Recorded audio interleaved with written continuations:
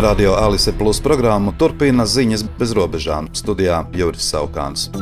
Ukrainas karaspēks iegājis Kurskas apgabalā, lai mazinātu Krievijas bruņoto spēku spiedienu Donbasa frontē. Šādu vērtējumu izteikuši neskaitāmi analītiķi, taču, protams, ar atrunām, ka reālo atdevi no šīs drosmīgās un arī izmisīgās militārās ofensīvas rādīs laiks. Situāciju pagaidām nekomentē Ukrainas bruņoto spēku ģenerālštābs, aizsardzības ministrija un arī pats prezidents.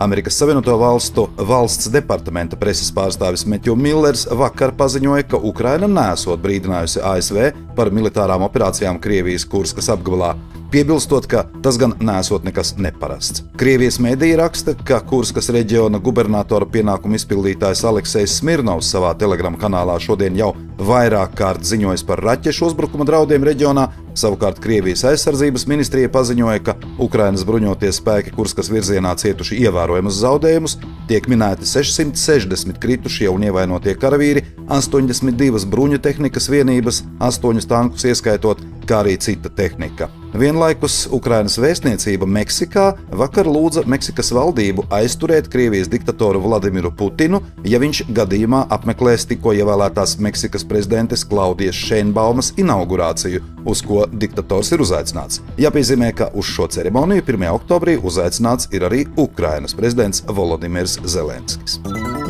Turcija plāno veidot savu pretraķešu sistēmu, tā jau nodēvēta par tērauda kupolu, un vakar par to paziņoja Turcijas aizsardzības rūpniecības aģentūras prezidents Haluks Gorguns. Šis projekts iecerēts, lai integrētu Turcijas pretgaisa aizsardzības sistēmas, sensorus un ieročus vienotā tīklā.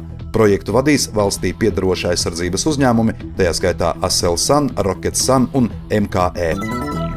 Latvijas valsts kontrole aizrādījusi aizsardzības ministrijai par SIA valsts aizsardzības korporācijai ieguldīto līdzekļu pirmajiem tēriņiem. Latvijas valdība pērnā gada nogalē atbalstīja šīs militārās industrijas valsts SIA dibināšanu, bija iecerēts, ka valsts aizsardzības korporācija veidos kopuzņēmumus konkrēti militāriem mērķiem paredzētu produktu ražošanai, lai stiprinātu piegāžu drošību. Par vienu no pirmajiem projektiem bija jākļūst 155 mm munīcijas modulāro pulvera lādiņu rūpnīcas izveidei Iecavā kopā ar skandināviem, francūžiem un itāļiem. Vēl gads nav pagājis, bet valsts kontrole jau norāda, ka valsts budžeta līdzekļi primāri jāizlieto aizsardzības resoram, nevis kapitāla sabiedrības administrācijas vajadzībām. Aizsardzības ministrija augstāk minētajam aizrādījumam piekrīt.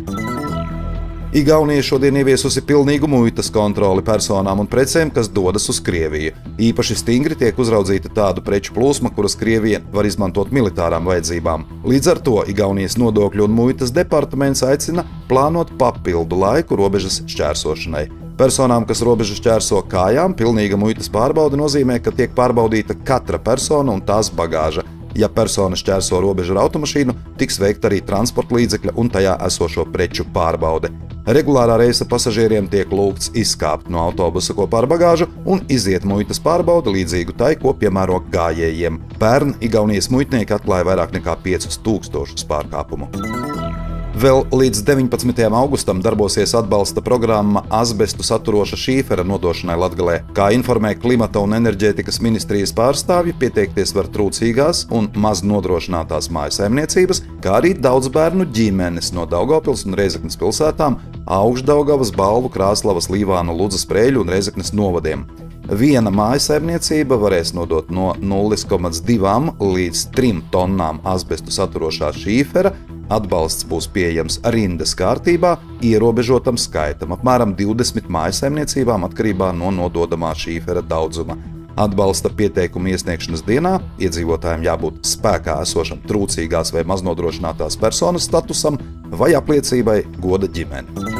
Daugavpilī tiek uzlabota Ruģeļu apkaimes ceļu infrastruktūra. Projekta ietvaros pārbūvē Akadēmiķa Graftio ielu un būvē jaunu ielu, kas savienos Nometņu un Gaismas ielu. Projekta mērķis – paaugstināt ceļu satiksmes drošību, radīt labvēlīgus apstākļus gājējiem un mikromobilitātei. Projekta gaitā tiks izbūvēts apgaismojuma tīkls, lietus ūdens kanalizācija un gājēju ietves. Tiks veikti arī labiekārtošanas darbi, tajā skaitā arī jaunu koku un dekoratīvo krūmu stādīšana. Paredzēts ierīkot stāvlaukumu 83 automašīnām un stāvvietas gar projektētajiem ielu posmiem, izveidot paceltas gājēju pārējas un risinājumus satiksmes mierināšanai daudzdzīvokļu māju tuvumā. Tas viss satiksmes drošībai. Investīciju projektu kopējās izmaksas ir 1,23 miljonu eiro, darbus paredzēts pabeigt nākamā gada jūlijā.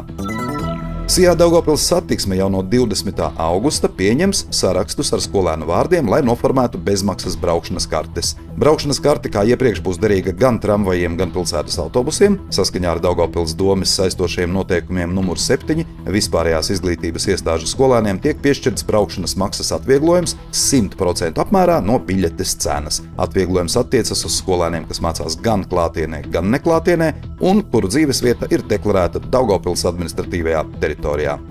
Studijā bija Juris Saukāns, par ziņu bez robežām satura atbildīja Alise Plus, projektu finansē Mediju atbalsta fonds no Latvijas valsts budžeta līdzekļiem.